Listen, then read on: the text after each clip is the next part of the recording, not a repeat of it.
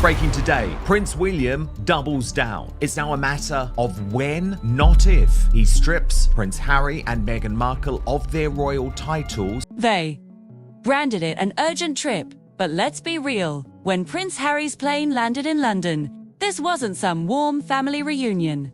It was a full-scale royal alarm bell ringing. This document is the outline of Prince Harry's demise. It is the end of this wanky, skanky ginger prince. The prince who walked away from royalty to chase media deals suddenly found himself racing back to the UK, and it wasn't for affection, loyalty, or tradition. He returned because the palace was gearing up for a move he never imagined.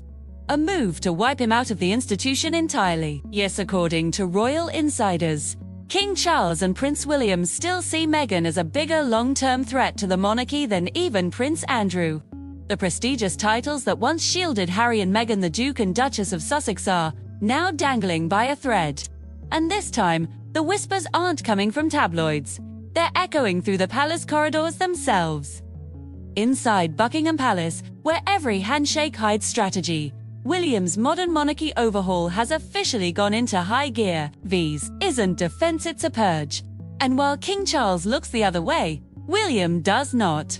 With the king battling illness, William has stepped into the leadership role like a CEO, cutting liabilities. And at the very top of that list, the California ex-royals, the Netflix stars who turned royal tension into a multi-million-dollar empire. Critics have gone as far as calling Harry a betrayer of the very institution that raised him. But Harry believed he could leave the royal fold and still keep the royal shine. Meghan believed she could build a commercial empire using the mystique of the monarchy, but the crown they underestimated is ancient, strategic, and merciless when pushed. When the palace cuts you off, it doesn't debate, it deletes. That's why Harry rushed back. Not for reconciliation, but survival. Behind closed doors, William has already taken command of the monarchy in all but name. And this shift is a disaster for Harry, Meghan, and even Archie and Lilibet. While the public sees photo ops and handshakes, the palace is boiling beneath the surface. Charles's health issues have created a power vacuum and William is filling it fast. The monarchy has been hemorrhaging credibility, and at the center of the global drama are two familiar faces, Harry and Meghan. William's view: the chaos ends now. To him, this isn't family, it's brand management. And the Sussex issue, as insiders call it, is draining prestige and public trust. Advisors describe William as icy, calculated, and laser-focused. Inside his circle, what began as quiet talk of a title audit has turned into formal legal evaluations. The mission: tighten the monarchy, sever liabilities, and reclaim control of the royal narrative. Meanwhile, in California, Harry's royal identity is being dismantled silently and systematically. A leaked charity report, one that some claim was crafted specifically to target his credibility, sent shockwaves through his circle.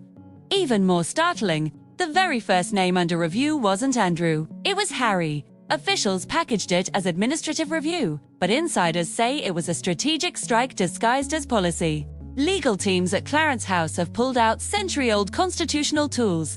The 1917 letters patent the documents that determine who retains royal status. Ink on paper, yes, but that ink reshapes destiny. The logic behind the plan is brutally simple. If you don't serve the crown, you don't represent it. And if your public image fuels controversy, the crown rewrites your role permanently. The palace tested public reaction by trimming Andrew's roles first. When outrage didn't erupt, they moved to phase 2, removing the Sussex titles and marketing it as modernization. Behind those golden doors, staff began preparing scripts for when the truth eventually leaked. But it leaked early. In Montecito, Harry's phone lit up with a message that froze him in place. They're coming for the titles next. What was supposed to be a peaceful week of California sunshine turned into a frantic scramble. Harry was suddenly seen boarding a private jet. No Meghan, no entourage, no PR circus, just urgency.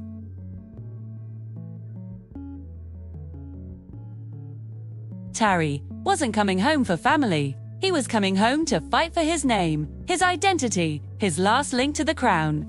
Insiders say he looked shaken, nothing like the carefree rebel prince he once was. headphones on, staring at headlines he couldn't escape, phones ringing with no answers. Alone, out of the loop, and running out of time.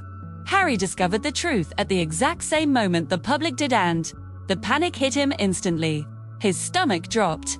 For years, he believed his titles were unbreakable.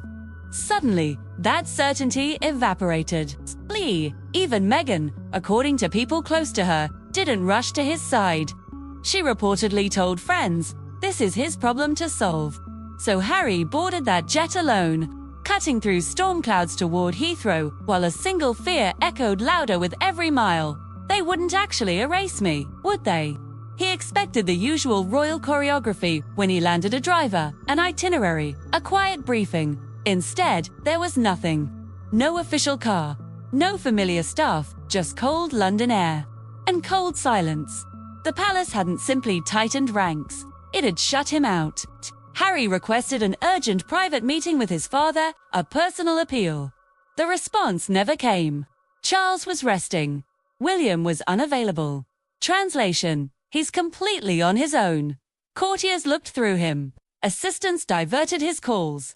Even longtime staff people who once bowed and called him sir kept their distance. In diplomatic terms, this wasn't a snub, it was exile. Inside royal offices, strategy files were circulating. Every interaction with Harry was to be formally documented. Nothing casual. Nothing personal. He was no longer viewed as a son or a brother, but as a high-risk public figure wrapped in royal blood. Reporters outside whispered about secret negotiations, but insiders knew the truth. There were no negotiations left to have. The decisions were made. The documents were drafted. The plan was already in motion. And while Harry waited for a call that would never come, a small tabloid headline captured his reality perfectly. The prince who lost his place. But the story started long before this, long before Netflix. Long before the interviews began, with a quiet warning whispered years earlier by the late Queen herself. Those present said her message to Meghan was unmistakable. Titles are earned, not leveraged. It wasn't anger, it was wisdom from someone who had seen ambition destroy royal stability before. Harry once believed his birthright guaranteed him reverence. But as one commentator put it bluntly, when he left the royal family, he became just another guy. Titles don't travel. If you abandon the throne, that gives them meaning. Meghan, however, saw things through a different lens. To her, the Duchess title wasn't duty, it was opportunity. Within months of relocating, their polished royal image became a brand identity. Podcast deals, documentaries, lifestyle launches, drenched in subtle royal aesthetic. To critics, it was Hollywood meets Highgrove. To the palace, it was exploitation. Traditionalists saw a line cross-juicing royal privilege as personal currency. And when Meghan began filing trademarks tied to her Duchess identity, the Queen's old warning resurfaced with the force of prophecy. Behind palace walls, William's advisors used that moment as ammunition. She was told not to do it, and she did anyway. Public opinion turned harsh. Polls showed Meghan's ratings had fallen below even Prince Andrew's. Unprecedented shift the palace simply could not ignore. To William, it was the sign he'd been waiting for. What Meghan viewed as empowerment, the monarchy interpreted as betrayal, and in the royal chessboard, those who challenge centuries of tradition rarely survive the endgame. Royal punishment doesn't come in shackles. It comes in paperwork. Hidden inside the monarchy's legal system is one of the most powerful tools ever created: the letters patent. For over 100 years, it has defined who holds royal titles and who loses them. Now, advisors say it's been quietly reopened not by Charles, but by a team working under William's direction. The plan wasn't dramatic. It was surgical. No public shaming. No fiery announcement. Just a quiet administrative update. One morning, without warning, the titles Duke and Duchess of Sussex could simply vanish. No scandal, no ceremony, just absence. It would follow the same elegant method used after Edward VIII abandoned the throne. Titles softened, roles removed. History rewritten in silence. For Harry and Meghan, it would mean losing everything connected to those titles: rank, representation, royal insignia. Even their children's future standing could be rewritten overnight. In Montecito, that possibility reportedly sent shockwaves through their operation. Meghan's partners feared brand confusion. Harry's advisors scrambled for a strategy. But how do you fight a decision that hasn't been publicly declared? Because, when the Crown acts through law, there is no appeal. William's move to strip Andrew's privileges proved one thing. This is no longer the polite ceremonial monarchy the public thinks it sees. For years, William was painted as the calm, steady heir, polished, predictable. But behind the PR curtain stands a strategist who knows one brutal truth.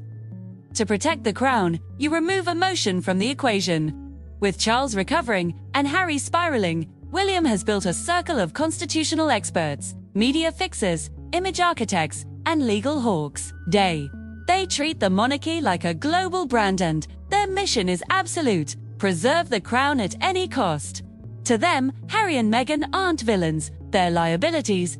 Every interview, every podcast, every media deal chips away at the monarchy's authority. And in William's mind, allowing it to continue isn't compassion, it's negligence.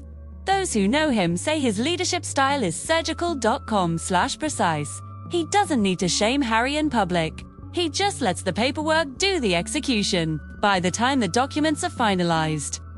The Sussex titles will quietly slip out of the royal recorder erased without a confrontation. One commentator put it plainly: if Andrew's titles were that easy to remove, Harry and Meghan should be terrified. The irony: the same brother Harry once defended against the press may now be the one writing him out of the institution entirely. For William, it's survival. For Harry, it feels like execution. And so we've reached this moment. The royal love story that captivated the world now hangs by a thread and eraser waiting at the edge of their legacy. No royal statement will explain what happens next. No lawyer will confirm it. And Harry's silence speaks louder than any interview ever could. Because royal exile isn't leaving the palace, it's the palace deleting you. Imagine waking up one day to find your titles gone, your crest removed, your name erased from the official record.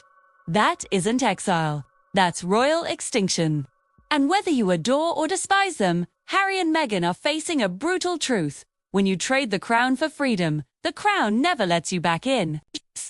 But it gets worse because the palace may not be the only one distancing itself. Luxury brands that once chased Meghan's star power are now quietly pulling away. And one major French fashion house just drew a boundary she never saw coming. If you thought this chapter was explosive, the fallout has barely begun.